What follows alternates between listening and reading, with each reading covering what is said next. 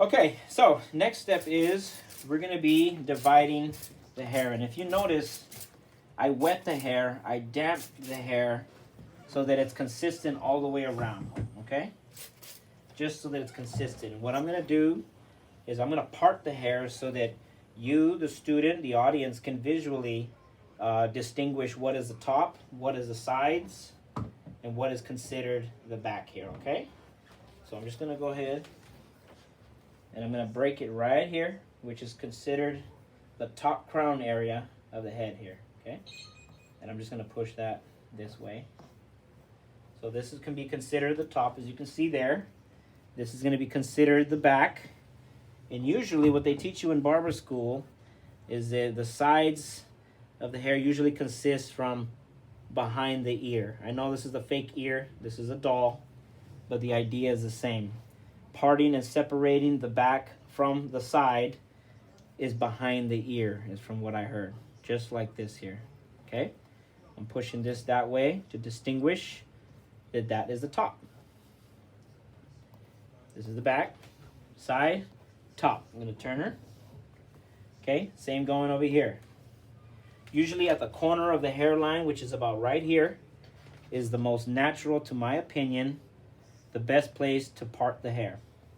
For example, if you had a customer who had a hard time figuring out where to part from, whether to part it from here, part it from there, my personal guide is right at the corner of the natural hairline, which is right there.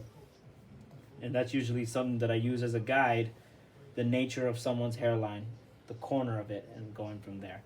And of course, there's always a case where someone wants a part more coming this way, you know, going that way, or parts a little bit lower, depending on how long the hair is here, okay? So, as far as the top is concerned, now that we see the division there, I can comb it all back. I'm going to divide it again. And I'm just going to pick up, and let's see if you can angle that just right to where you can pick up and see this is the back, this is the crown. And when you're cutting somebody's hair, I don't recommend you make a cut and then you take just a big old gigantic jump going this way and another cut.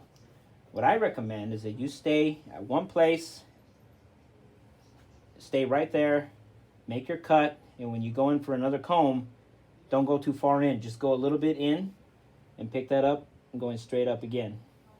Just a little bit in there, fingers underneath the comb, and just go up a little bit right there.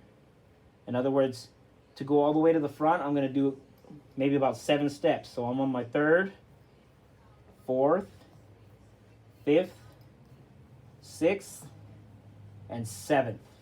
There's even room for an 8th step here. And the steps are always different depending on the individual. Of course, the size of their head or whatever. Big head, little head. Sometimes it's 4 or 5 steps.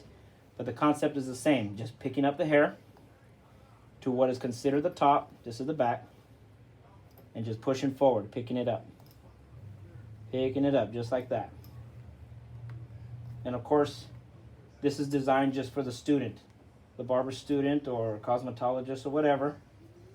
And then just reversing it, coming back. This is just a practice on how to pick up the top of the head. And this is the center of it. Because what we can also do, even though this is the side, this is the top, this is the side, we can divide this very top into 3. 1, 2, 3 steps. So for example, if I were to make a cut, I would make a cut about right here towards the middle, so that when you comb it back and you pick it up again a little bit more to this side, you're able to pick it up and you should be able to see a step here. Now we're not going to use any scissor work quite yet, but the purpose of this is just to kind of divide the top. And that way, if you were to make a cut, your guide should be here like that, and you would be able to match it up, matching it up, picking it up just the same way.